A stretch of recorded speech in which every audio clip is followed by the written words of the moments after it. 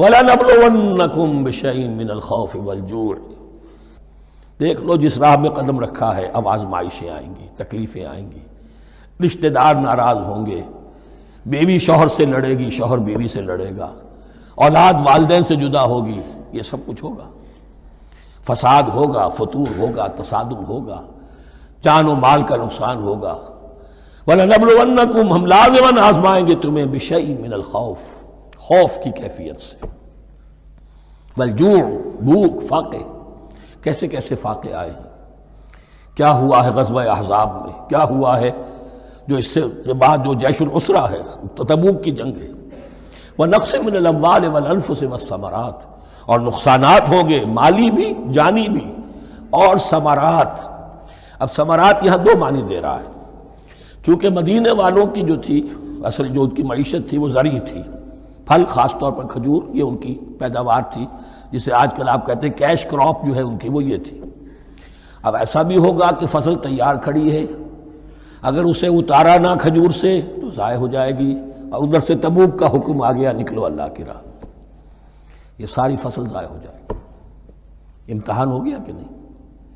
اور اس کے علاوہ ایک اور ہے اس کا مفہوم، انسان کچھ بہت محنت کرتا ہے، جد و جہد کرتا ہے، کیریئر بناتا ہے، اپنا ایک مقام بنا لیتا ہے اس کیریئر میں، اس پروفیشن میں، اس راستے پر آتا ہے تو کچھ اور ہی شکل اختیار کرنی پڑتی ہے۔ وہ تجارت کے زمانے میں جو محنت کی تھی، وہ کیریئر کو اب جمانے میں جو محنت کی تھی، وہ سارا کا سارا معاملہ جو ہے وہ کھو کر پھر اس وادی میں آنا پڑتا ہے۔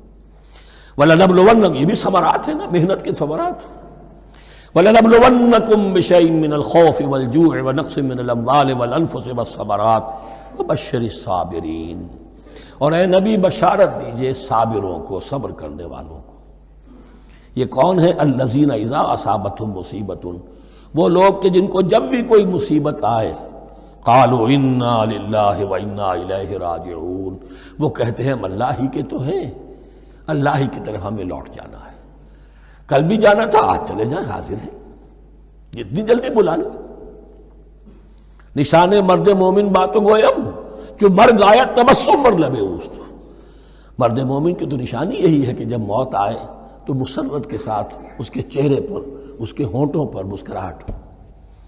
یہ ایمان جو میں نے کہا تھا، لٹمس ٹیسٹ یہ ہے کہ بندہ مومن اس دنیا میں زیادہ رہنے کی خواہش نہیں کر سکتا۔ لائف از اے لائبلٹی، جو لمحہ آ رہا ہے اس کا حساب دینا ہوگا، تو جتنی عمر بڑھ رہی ہے حساب بڑھ رہا ہے۔ It's not an asset, it's a liability.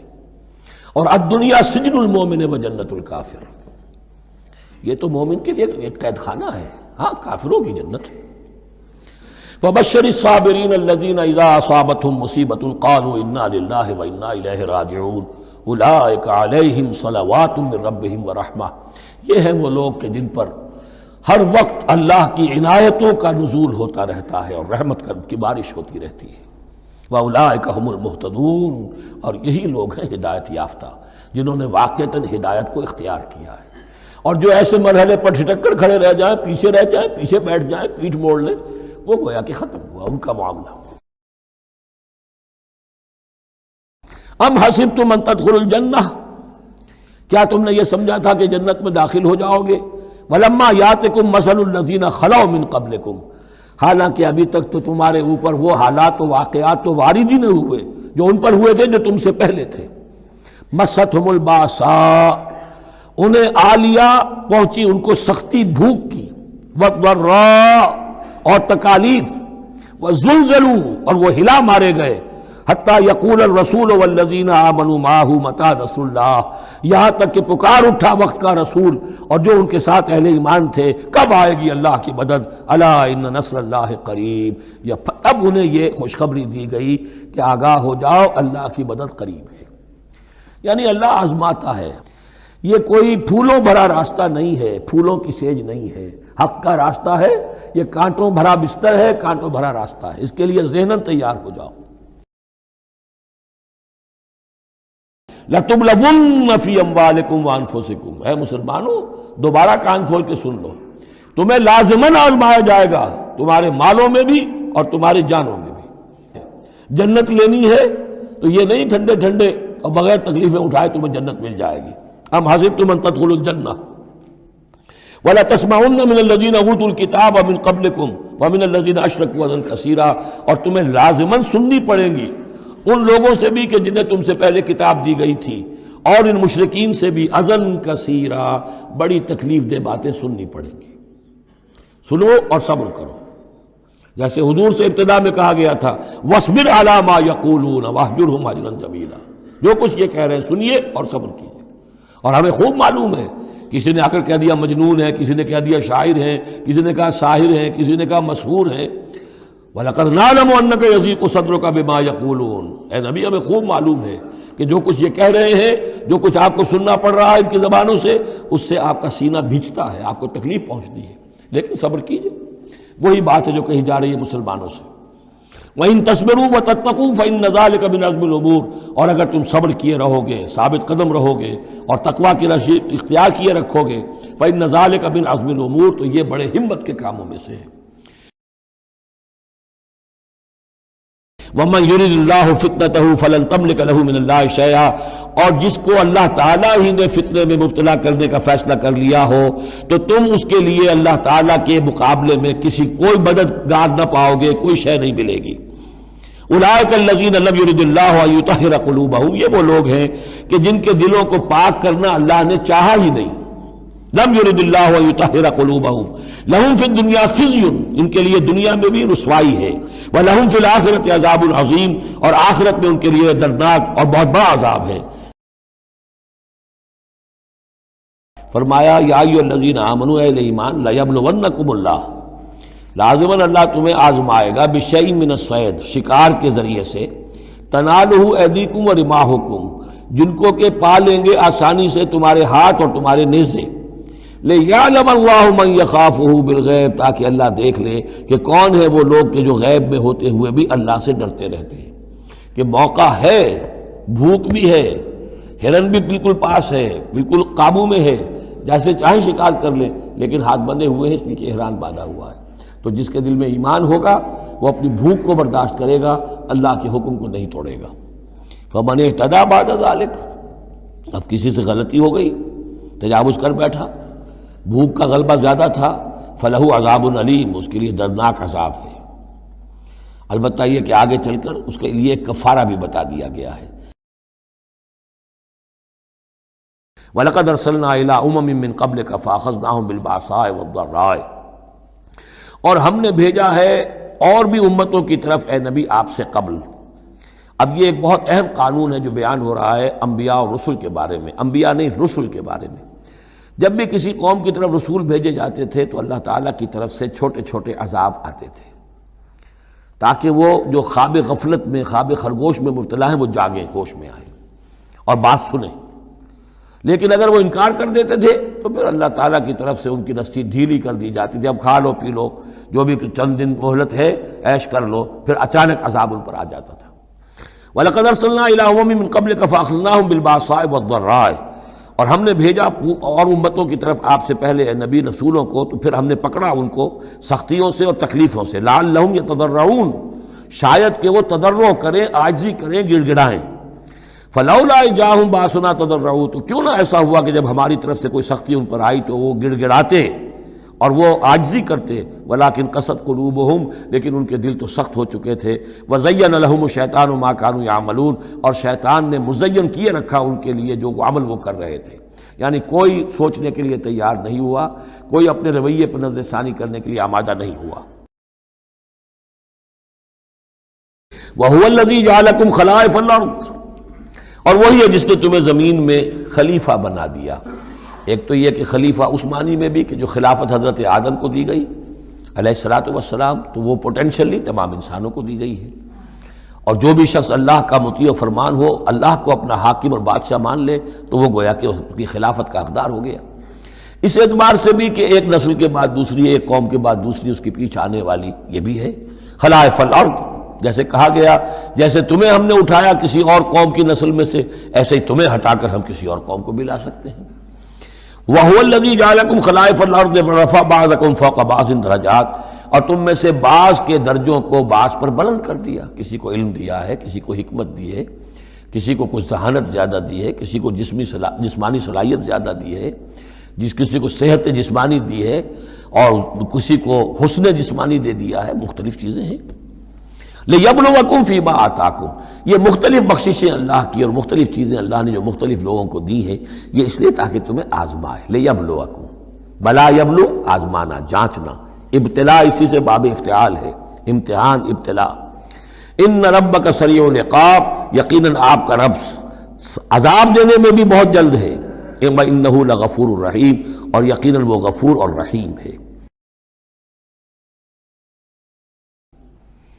وَاعْلَمُوا أَنَّمَا أَمْوَالُكُمْ وَأَوْلَادُكُمْ فِتْنَةٌ، اور جان لو تمہاری اولاد اور تمہارے اموال تمہارے لیے فتنہ ہے، یہی روکتے ہیں، یہی دو بیڑیاں ہیں جو پاؤں میں پڑی رہتی ہیں، مال اور اولاد۔ اولاد کو اعلیٰ سے اعلیٰ تعلیم دلانی ہے، اس کے لیے بڑی بڑی فیسیں دینی پڑتی ہیں، اس کے لیے ظاہر بات ہے کہ اپنا ایک ایک قطرہ جو ہے پسینے کا اور خون کا لگائیں گے تو کہیں جا کر وہ ساری چیزیں فراہم ہوگی۔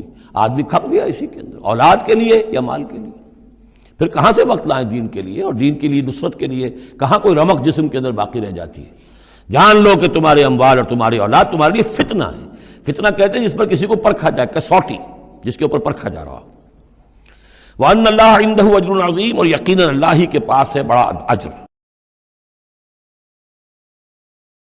أَوَلَا يَرَوْنَ أَنَّهُمْ يُفْتَنُونَ فِي كُلِّ عَامٍ مَرَّةً أَوْ مَرَّتَيْنِ، کیا یہ منافق دیکھتے نہیں ہیں کہ ہر سال ان کو آزمایا جا رہا ہے، ایک بار یا دو بار، کوئی نہ کوئی مرحلہ آ جاتا ہے ہر سال، کوئی قتال کا مرحلہ آ گیا، کوئی اور آزمائش آ گئی۔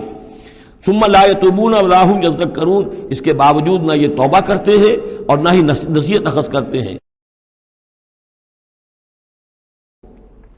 فقالوا علی اللہ توکلنا، تو انہوں نے کہا ہاں آپ اللہ پر توکل کرتے ہیں، اپنا معاملہ اللہ کے حوالے کرتے ہیں۔ ربنا لا تجعلنا فتنة للقوم الظالمین، اے اللہ تو ہمیں ان ظالموں کے لیے تختہ مشق نہ بنا دے، اے اللہ ایسا نہ ہو کہ تو ہمارے ذریعے سے ان کو آزمائے، یعنی یہ کہ جیسے کہ ابو جہل ستا رہا تھا، ابو جہل کی آزمائش ہو رہی تھی، لیکن تختہ مشق حضرت یاسر، حضرت سمیہ بن رہی تھی رضی اللہ تعالیٰ عنہما۔ تو اے اللہ ہمیں نہ آزما، ہم پر ان کا زور نہ آزما، یعنی ہمیں تختہ مشق نہ بنا دے۔ وَنَجِّنَا بِرَحْمَتِكَ مِنَ الْقَوْمِ الْكَافِرِينَ، اور ہمیں اپنی خاص رحمت سے ان کافروں کی قوم سے نجات عطا فرما۔ اِنَّا جَعَلْنَا مَا عَلَى الْأَرْضِ زِينَةً لَهَا، ہم نے زمین کے اوپر جو کچھ ہے اسے اس کا گہنا بنا دیا ہے، بناؤ سنگھار بنا دیا ہے، زینت بنا دیا ہے، یعنی اس کو اتنا کھبا دیا ہے نگاہوں میں اللہ نے کہ آخرت سے خود بخود انسان غافل ہو جاتا ہے۔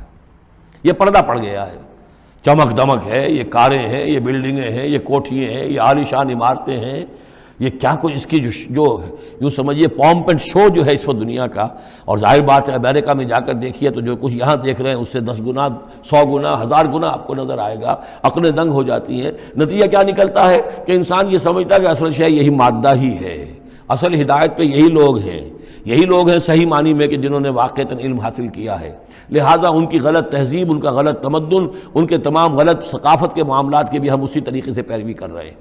اِنَّا جَعَلْنَا مَا عَلَى الْأَرْضِ زِينَةً لَهَا، جو کچھ زمین کے اوپر ہے اسے ہم نے اس کے لیے بناؤ سنگھار بنا دیا ہے، لِنَبْلُوَهُمْ، تاکہ ہم آزمائیں ان کو، أَيُّهُمْ أَحْسَنُ عَمَلًا، کون ہے ان میں سے اچھے عمل کرنے والا، کہ رخ روشن کے آگے شمع رکھ کر وہ یہ کہتے ہیں ادھر آتا ہے دیکھیں یا ادھر پروانہ جاتا ہے۔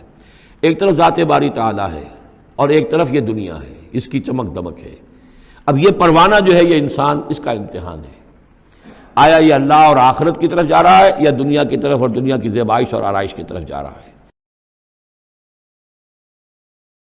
وَلَا تَمُدَّنَّ عَيْنَيْكَ إِلَىٰ مَا مَتَّعْنَا بِهِ أَزْوَاجًا مِّنْهُمْ زَهْرَةَ الْحَيَاةِ الدُّنْيَا لِنَفْتِنَهُمْ فِيهِ، اور یہ تو ہم نے ان کو اس لیے دیا ہے کہ اس کو فتنے میں مبتلا کریں، آزمائیں انہیں اس میں۔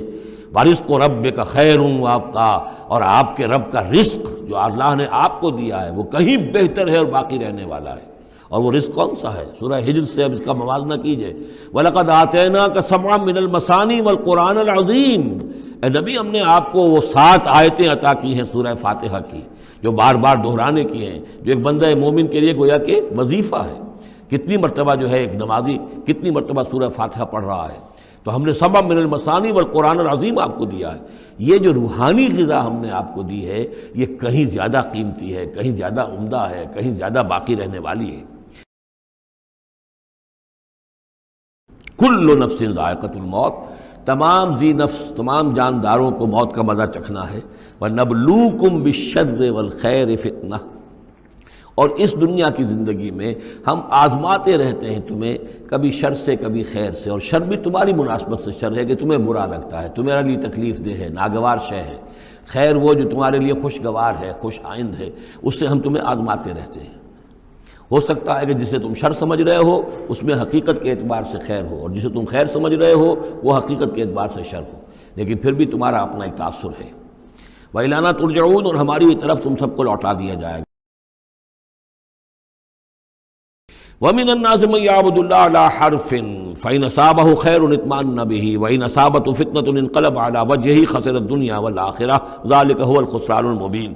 لوگوں میں سے کچھ ایسے بھی ہیں جو اللہ تعالیٰ کی بندگی کرتے ہیں کنارے کنارے، بچ بچ کر۔ یہ وہ روگ جس کو کہا گیا فی قلوبہم مرض، جن کے دلوں میں روگ ہوتا ہے۔ ایک وہ لوگ ہوتے ہیں کہ حق کو قبول کیا، پھر ہر چہ بعد آباد منجدھار میں پھر وہ چھلانگ لگاتے ہیں۔ ہر چہ بعد آباد ماں کشتی دراب انداختے، ہم نے حق کو قبول کیا، اس کشتی کو ہم نے پانی میں ڈال دیا ہے، اب یہ کشتی تیرے گی تو ہم تیریں گے، یہ ڈوبتی ہے تو ہم ڈوبنے کے لیے تیار ہیں۔ ایک وہ ہیں جو چاہتے بھی ہیں حق کے ساتھ چلنا، لیکن کنارے کنارے گہرے پانی میں نہیں جانا چاہتے، خطرات مول نہیں لینا چاہتے، اپنے لیے جان اور مال جو ہے اس کو بچا بچا کر، جو اقبال نے کہا تو بچا بچا کے نہ رکھ اسے تیرا آئینہ ہے وہ آئینہ کہ شکست ہو تو عزیز تر ہے نگاہ آئینہ ساز میں۔ لیکن یہ کچھ لوگ بچ بچ کر چلنا چاہتے ہیں، کوئی گردن نہ پہنچ جائے، کوئی نقصان نہ ہو جائے، کوئی ہمیں قربانی نہ دینی پڑے۔ وَمِنَ النَّاسِ مَن يَعْبُدُ اللَّهَ عَلَىٰ حَرْفٍ، کنارے ساتھ۔ فَإِنْ أَصَابَهُ خَيْرٌ اطْمَأَنَّ بِهِ، اگر خیر آئے تو مطمئن رہیں گے۔ وَإِنْ أَصَابَتْهُ الْفِتْنَةُ انقلب عَلَىٰ وَجْهِهِ، اور اگر کوئی فتنہ آ گیا، آزمائش آ گئی، کوئی قربانی کا وقت آ گیا، پکار آ گئی، نکلو اللہ کی راہ میں اور لاؤ اللہ کی راہ میں، تو وہ اپنے چہروں کے بل اوندھے گر جاتے ہیں۔ خسرت دنیا والآخرہ، یہ خسارہ ہے، یہ گھاٹا ہے، یہ نقصان ہے دنیا اور آخرت دونوں کا۔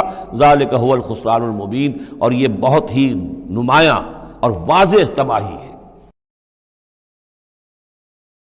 احسب الناس ان یترکوا ان یقولوا آمنا وهم لا یفتنون، کیا لوگوں نے یہ سمجھا تھا کہ وہ چھوڑ دیے جائیں گے صرف یہ کہنے سے کہ ہم ایمان لے آئے، اور انہیں آزمایا نہ جائے گا؟ اب دیکھ رہے ہیں، اب وہی تیکھا انداز ہے، اظہار ناراضگی ہے، اظہار خفگی ہے۔ کیا لوگوں نے یہ سمجھا تھا کہ وہ یہ کہنے سے جنت میں داخل ہو جائیں گے، چھوڑ دیے جائیں گے کہ وہ ہم ایمان لے آئے، انہیں آزمایا نہ جائے گا؟ وَلَقَدْ فَتَنَّا الَّذِينَ مِن قَبْلِهِمْ، ہم نے تو جو بھی ان سے پہلے تھے ان کو بھی آزمایا ہے، ہر ایک کو آزمایا۔ آزمائش کے بغیر ہم نہیں کسی کے ایمان کو تسلیم کرتے۔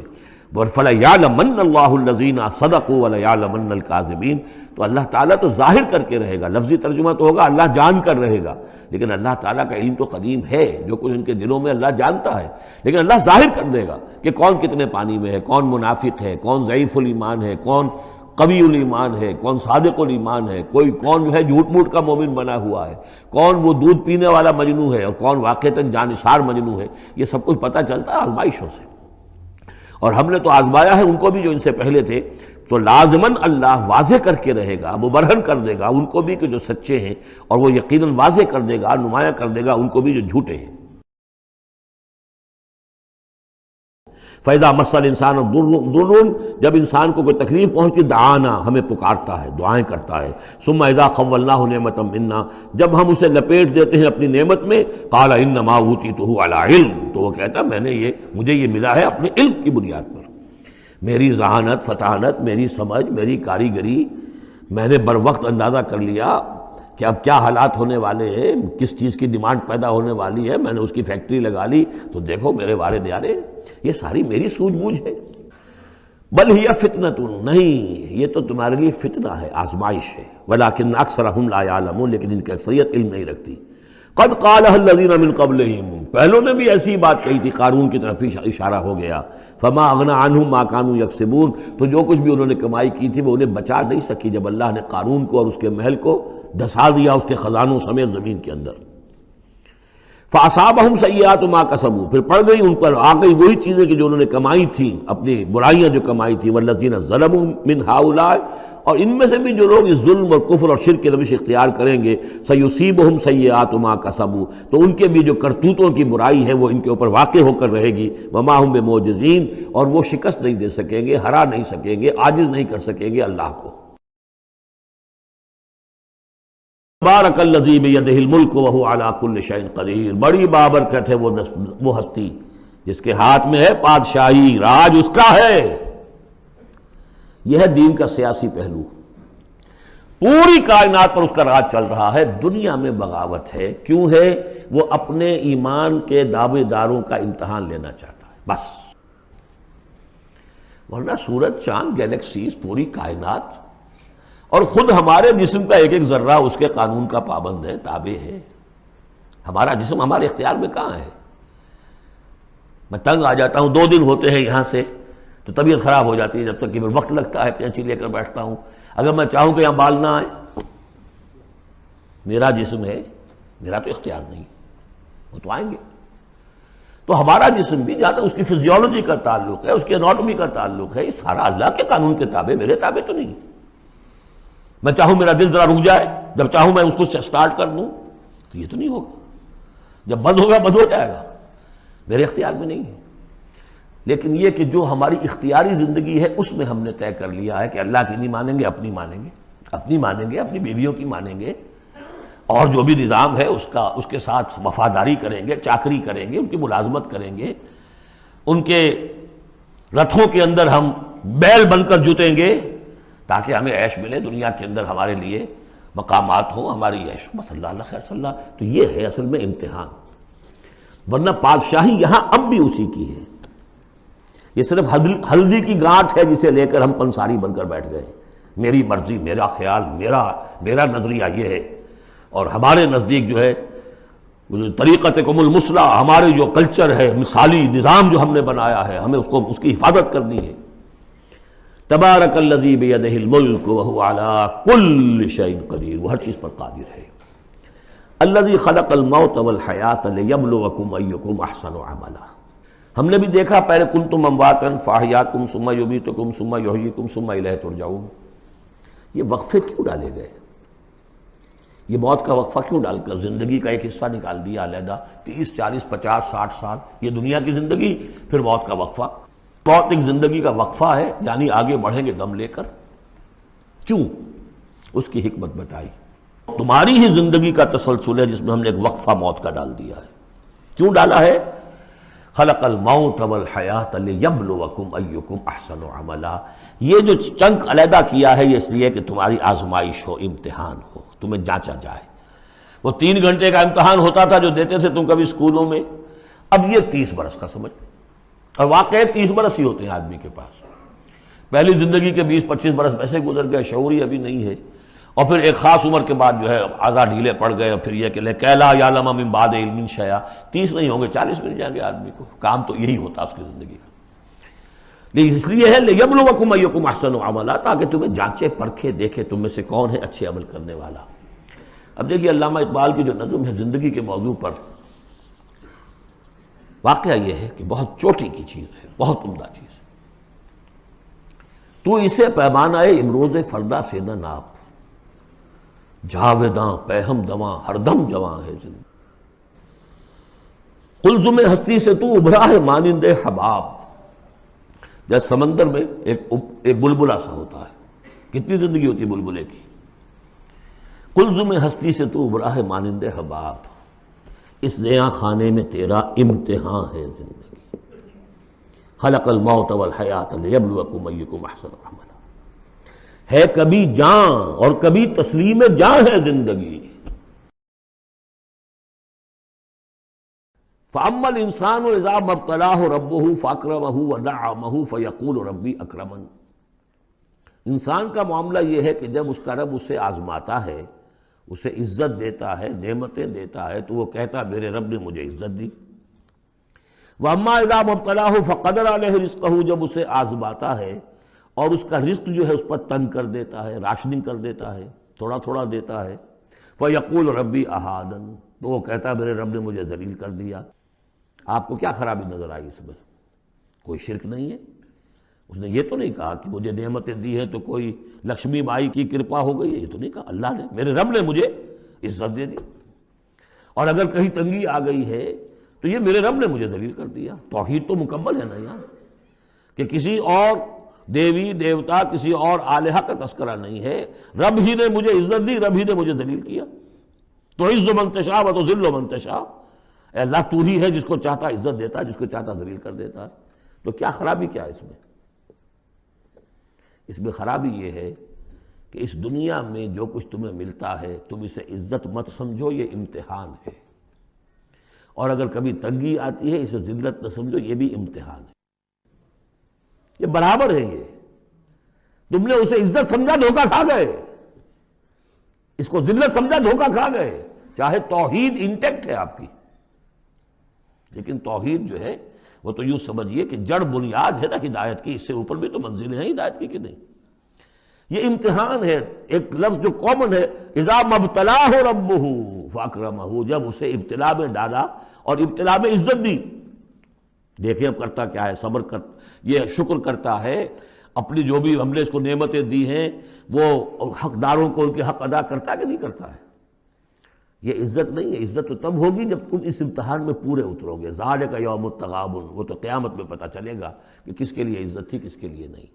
کسی کو تنگی دی ہے تو یہ ذلت نہیں ہے، دیکھنا ہے صبر کرتا ہے کہ نہیں کرتا۔ کہیں یہ بالکل مستر ہو کر اور اپنی عزت نفس جو ہے ہتھیلی پر رکھ کر لوگوں کے سامنے مانگنے کے لیے تو نہیں نکل جاتا، پتہ چل گیا نا۔ تو یہ امتحان ہے۔ تو پہلا درجہ سمجھیے کہ چاہے فراوانی ہو، عیش ہو، آرام ہو، دولت ہو، یہ بھی امتحان، تکلیف ہے، رنج ہے، محنت ہے، مشقت ہے، اسرت ہے، تو یہ بھی امتحان، دونوں برابر ہو گئے۔ اب بھی ہدایت اس سے اوپر بھی ہے ایک۔ ہمارے دل میں یہ چور رہے گا پہلا امتحان آسان ہے دوسرا مشکل ہے، نہیں، حقیقت اس کے برعکس ہے۔ پہلا مشکل ہے، یہ دولت میں رہ کر بھول جانے کا آپ کے اندر زیادہ امکان ہے۔ میں نے حدیث آپ کو سنائی تھی، ما قل و کفا خیر مما کثر و الہا، اگر زیادتی ہوگی دولت ہوگی تم اللہ کو بھول جاؤ گے تو زیادہ سخت نقصان یہ ہے، زیادہ بڑا امتحان یہ ہے۔ اور اگر ناپ تول کر مل رہا ہے تو ہر وقت اللہ یاد رہے گا، یہ ہلکا ہے، اگر حقیقت وہ بھاری ہے۔ اور اسی میں وہ واقعہ نوٹ کر لیجئے امام احمد ابن حنبل رحمۃ اللہ علیہ کا، کہ جب وہ مار پڑ رہی تھی کہ جس کے بارے میں الفاظ ہیں کہ ہاتھی کو بھی وہ مار پڑتی تو بل بلا اٹھتا، اس وقت آنکھوں میں آنسو نہیں آئے۔ کب آئے؟ جب بادشاہ وقت، خلیفہ وقت کا ایلچی آیا ہے اشرفیوں کے توڑے لے کر کہ یہ بادشاہ نے آپ کے لیے نذرانہ بھیجا ہے، تب رو پڑے، اے اللہ میں اس امتحان کے قابل نہیں ہوں۔ یہ امتحان سختر ہے۔ تو یہ ہے درجہ بدرجہ، لَتَرْكَبُنَّ طَبَقًا عَنْ طَبَقٍ، تو ہدایت کے بھی یہ درجے ہیں۔ پہلا درجہ تو یہ ہے کہ جو بھی ہے اللہ کی طرف سے ہے، تنگی ہے تو اللہ کی طرف سے، اور فراوانی ہے تو اللہ کی، یہ توحید تو پوری ہو گئی آپ کی، اللہ کی طرف سے۔ لیکن اس میں اب آگے درجے ہیں کہ یہ امتحان ہے، یہ بھی امتحان وہ بھی امتحان، اس اعتبار سے دونوں بھی امتحان ہیں، یہ دونوں برابر ہیں۔ اس سے بھی اوپر یہ ہے، وہ امتحان مشکل ہے فراوانی والا، اور یہ امتحان جو ہے یہ آسان ہے۔ بارک اللہ لی و لکم فی القرآن العظیم ونفعنی وإیاکم بالآیات والذکر الحکیم۔